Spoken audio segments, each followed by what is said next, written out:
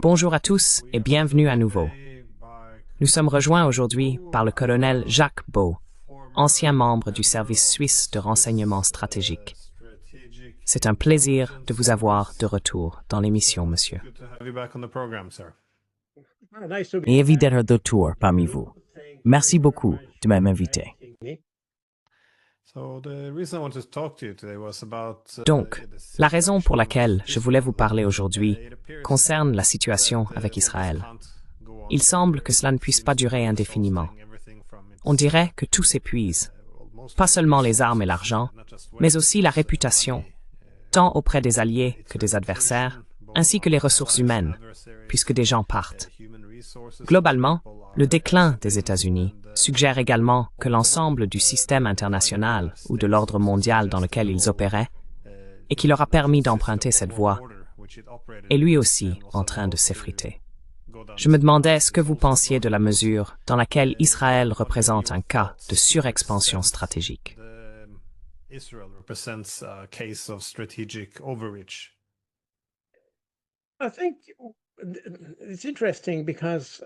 Je trouve cela intéressant, car aujourd'hui nous avons deux grands conflits en cours.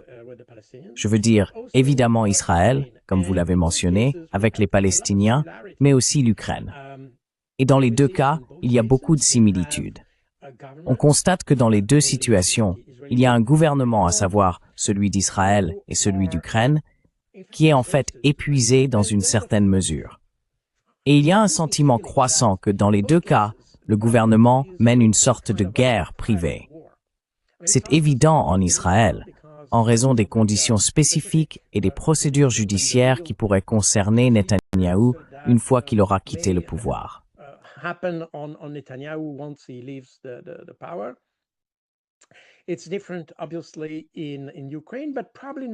C'est différent, évidemment, en Ukraine, mais probablement pas tant que ça, car nous avons le sentiment qu'en Ukraine, il y a un effort important du gouvernement pour rester au pouvoir et éviter toute situation où il serait obligé de démissionner, et probablement aussi à cause des procédures.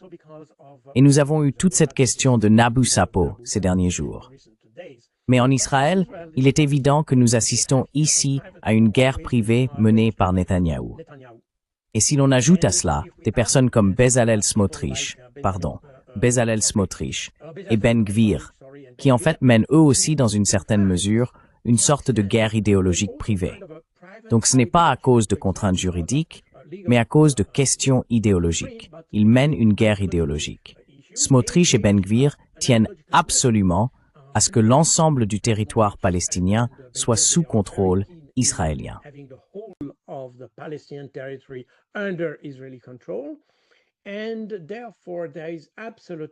Et donc il n'y a absolument aucun signe, et puisque Netanyahou ne peut pas gouverner sans ces deux-là, en particulier leur parti, nous ne voyons aucun apaisement dans ce conflit.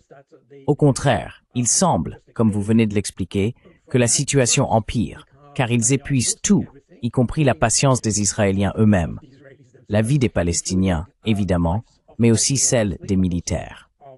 Il y a même un mécontentement croissant au sein de la Tzahal.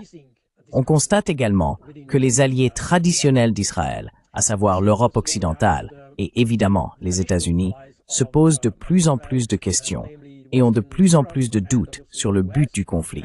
Non seulement sur le but, mais aussi sur la manière dont il est mené.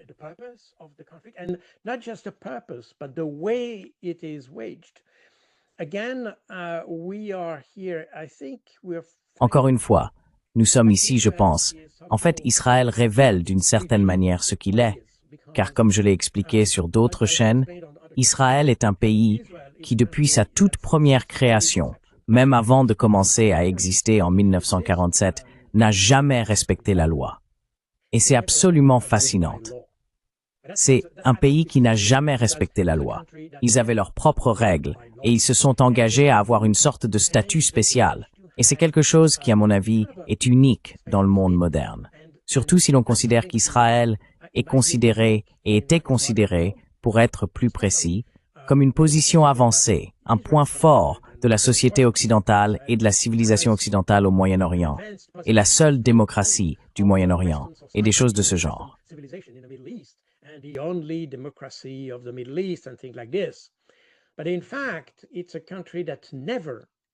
Mais en réalité, c'est un pays qui n'a jamais appliqué le droit international. Et cela remonte aussi loin qu'en 1947, donc même avant son existence, en fait. C'est très intéressant. Le problème, c'est qu'à cause de la Seconde Guerre mondiale, nous, l'Occident, les sociétés occidentales et les pays occidentaux, n'avons jamais osé obliger ou contraindre Israël à respecter le droit international. Il y a eu une tentative en 1949 lorsque Israël a voulu entrer aux Nations Unies. Il a été demandé ou exigé par les Nations Unies. Le Conseil de sécurité a demandé à Israël de prendre un engagement public selon lequel, comme condition pour devenir membre des Nations Unies, il devait s'engager à respecter le droit international.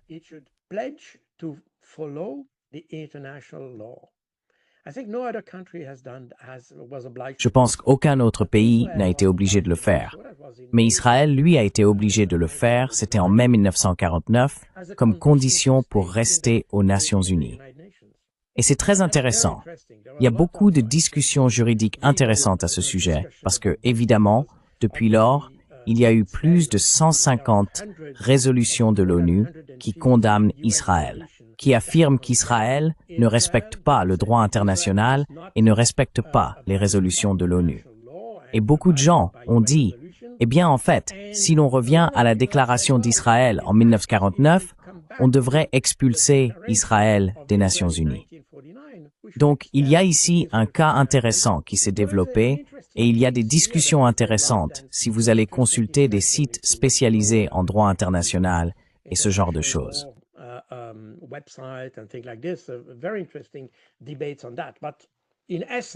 Des débats très intéressants à ce sujet.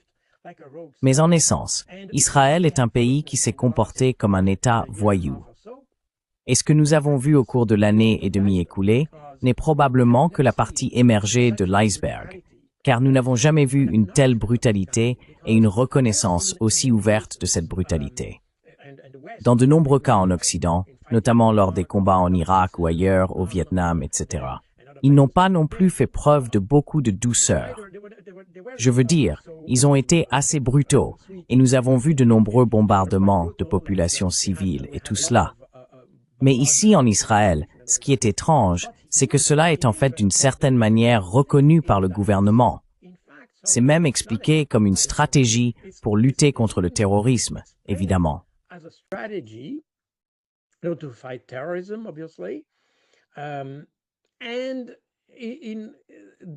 Et malgré les divers efforts de certains pays de la communauté internationale, notamment l'Afrique du Sud, avec la plainte qu'elle a déposée devant la Cour internationale de justice, où il a été indiqué que nous assistons à un possible ou plausible génocide, cela n'a pas empêché Israël de recourir encore et encore aux mêmes méthodes, à la même façon de faire la guerre, non seulement contre le Hamas, mais contre l'ensemble de la population palestinienne. Je pense donc que c'est un cas très fascinant, tant sur le plan juridique que sur les plans politiques, moral et éthique. En tant qu'ancien officier militaire, je dirais que j'ai honte du fait que des officiers et soldats israéliens se qualifient eux-mêmes d'officiers et de soldats, car pour moi, il ne s'agit que de terrorisme.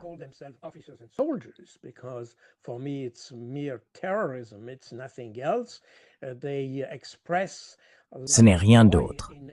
Ils expriment une sorte de joie à tuer des enfants et des choses de ce genre. Et pas seulement maintenant, d'ailleurs. Il y a environ 10 ans, et même avant, nous avons eu des témoignages de soldats disant qu'ils tuaient ou tiraient sur des enfants à Gaza juste pour s'amuser. Juste pour s'amuser. Il y a eu un cas célèbre, je crois que c'était en 2009, où un groupe d'enfants jouant sur la plage à Gaza a été tué par des soldats israéliens. Et ils ont dit, eh bien, nous ne savions pas quoi faire. Alors pour s'amuser, nous les avons tués. C'est quelque chose que nous n'avons jamais vu dans l'histoire. Je pense que même pendant la Seconde Guerre mondiale, dans les camps de concentration, les gens ne tuaient pas pour s'amuser. C'était méthodique.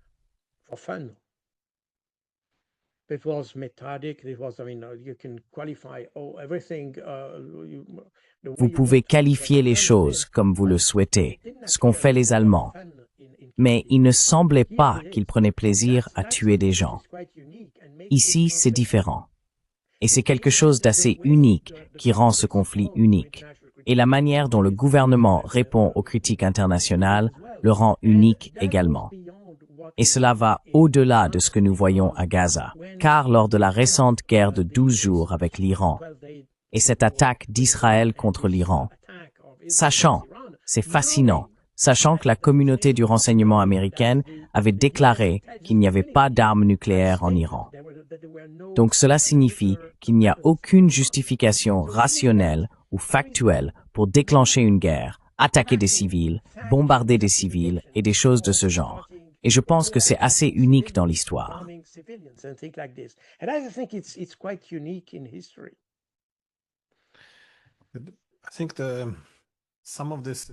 Je pense que certaines choses sont en train de changer. Cependant, une partie de cette immunité, comme vous l'avez dit.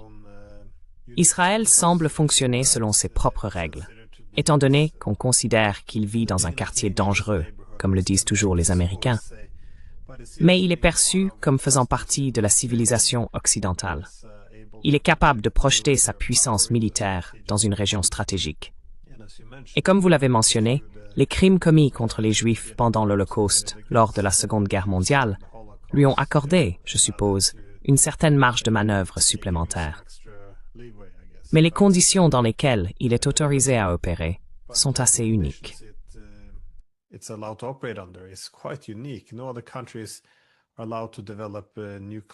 Aucun autre pays n'est autorisé à développer des armes nucléaires sans rendre de compte, à contourner purement et simplement le traité de non-prolifération, à occuper des territoires, à appliquer des politiques d'apartheid, à mener des guerres apparemment interminables et incessantes. Mais en ce qui concerne ce génocide, il s'agit sans aucun doute du génocide le plus documenté de l'histoire. Chaque matin, nous pouvons voir de nouvelles vidéos d'enfants massacrés, de camps de réfugiés bombardés. Encore une fois, des enfants abattus alors qu'ils attendent de la nourriture. Et cela est renforcé par des déclarations venant de leurs dirigeants qui affirment très ouvertement qu'ils ne peuvent plus tolérer la présence des Palestiniens là-bas.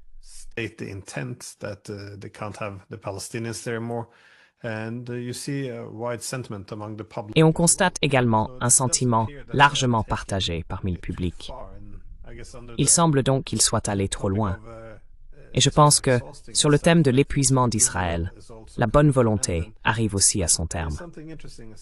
Il se passe également quelque chose d'intéressant. Même au sein de la population israélienne, il y a désormais des discussions dans les médias israéliens sur la mesure dans laquelle Israël fait ce que les nazis ont fait. C'était un sujet tabou auparavant, on ne comparait pas Israël aux nazis. Cela s'est déjà produit, mais cela entraînait généralement des conséquences. Mais aujourd'hui, dans le système politique américain, on voit, en particulier à droite, ce qui est assez unique, des gens s'opposer au soutien inconditionnel à Israël.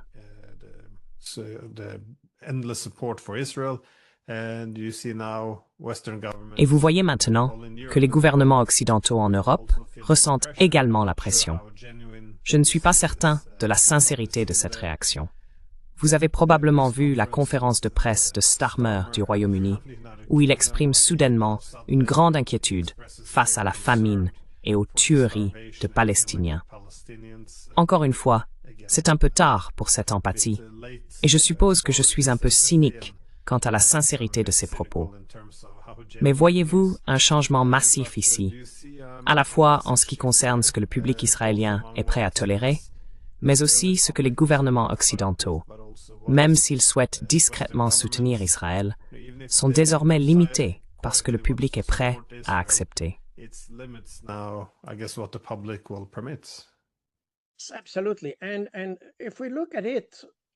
Absolument. Et si nous l'examinons, si je réponds à votre question d'un point de vue géopolitique, pendant toute la guerre froide, Israël était considéré, comme je l'ai dit auparavant, comme une position avancée de l'Occident au Moyen-Orient. Et il faut se rappeler qu'au tout début, et il est très intéressant de revenir à l'histoire, car à la fin de la Seconde Guerre mondiale, toute la Méditerranée était sous le contrôle des Alliés en fait, des Français et des Britanniques. Je veux dire, la Méditerranée occidentale était principalement française et la Méditerranée orientale principalement britannique.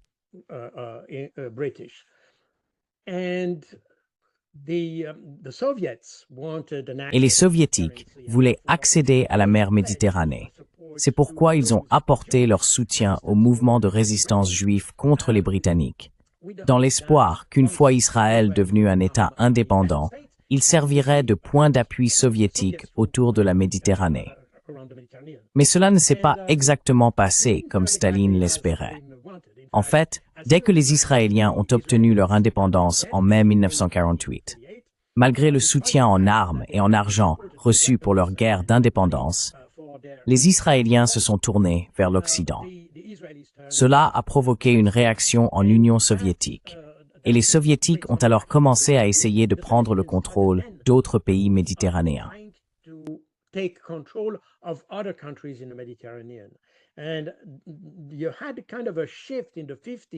Et il y a eu une sorte de basculement dans les années 50. Les États arabes sont devenus de plus en plus liés ou associés aux Soviétiques. Et l'Occident a perdu beaucoup de ses colonies.